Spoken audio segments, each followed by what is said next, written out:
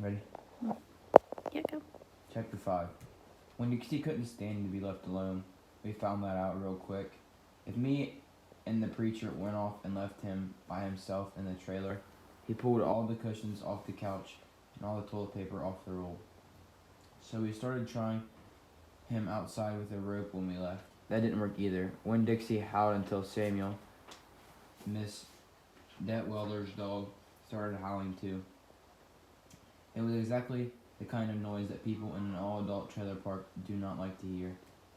He just doesn't want to be left alone, I told the preacher. That's all. Let's take him with us. I can understand the way Winn Dixie felt. Getting left behind probably made his heart feel empty. After a while, the preacher gave in, and everywhere we went, we took Winn Dixie, even to the church.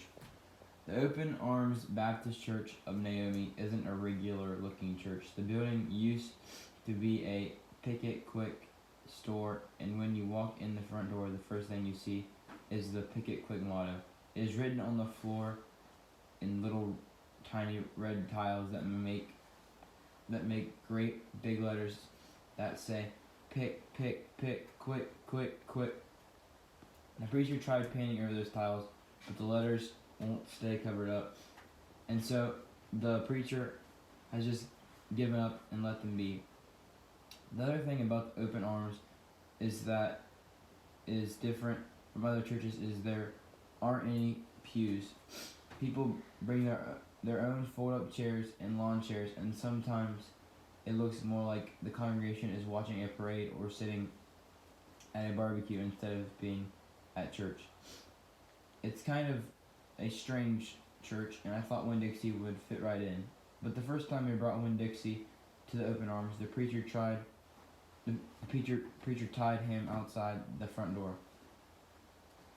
Why did we bring him all this way just to tie him up? I asked the preacher.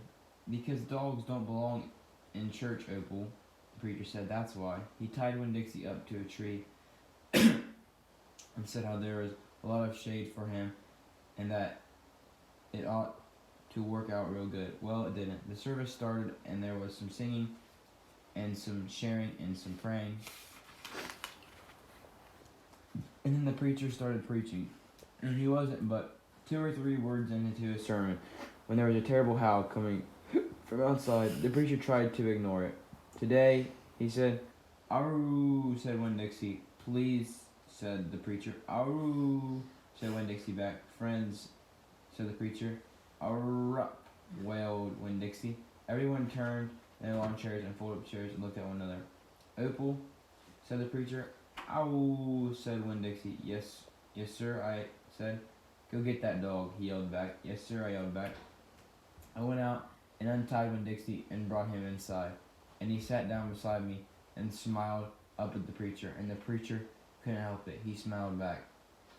Winn Dixie had that effect on him, and so the preacher started in preaching again. Winn Dixie sat there listening to it, wiggling his ears this way and that, trying to catch all the words, and everything would have been alright, except that mouse ran across the floor.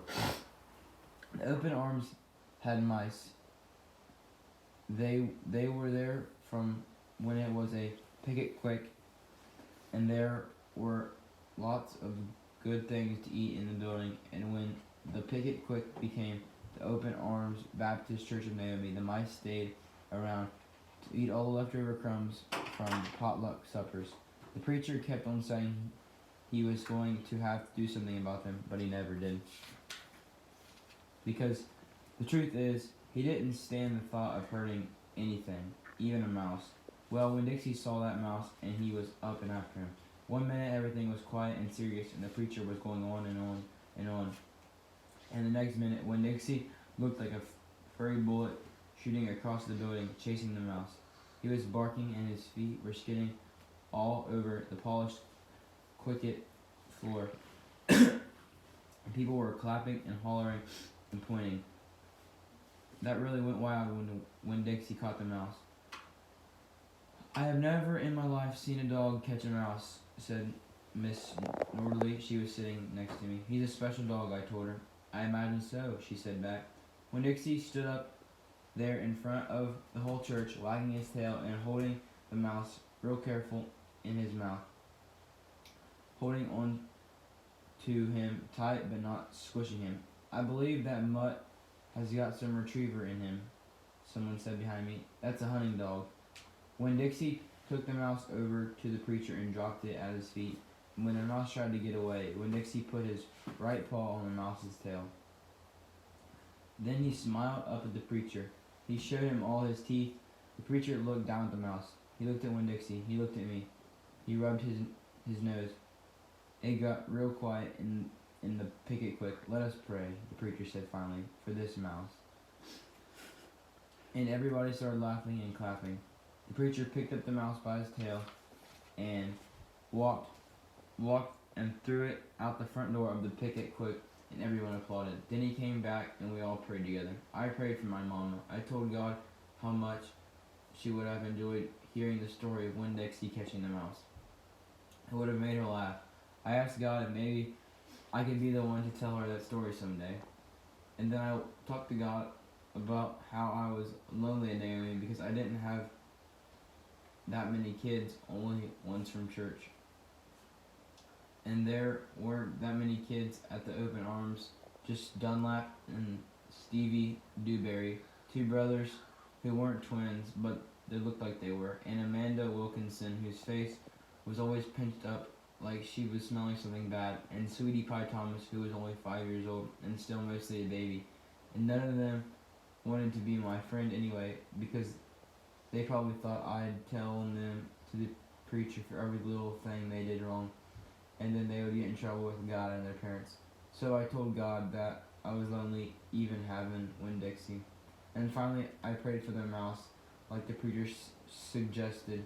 I prayed that he didn't get hurt when he was flying out the door of the Open Arms Baptist Church of Naomi. I prayed that he landed on a nice soft patch of grass.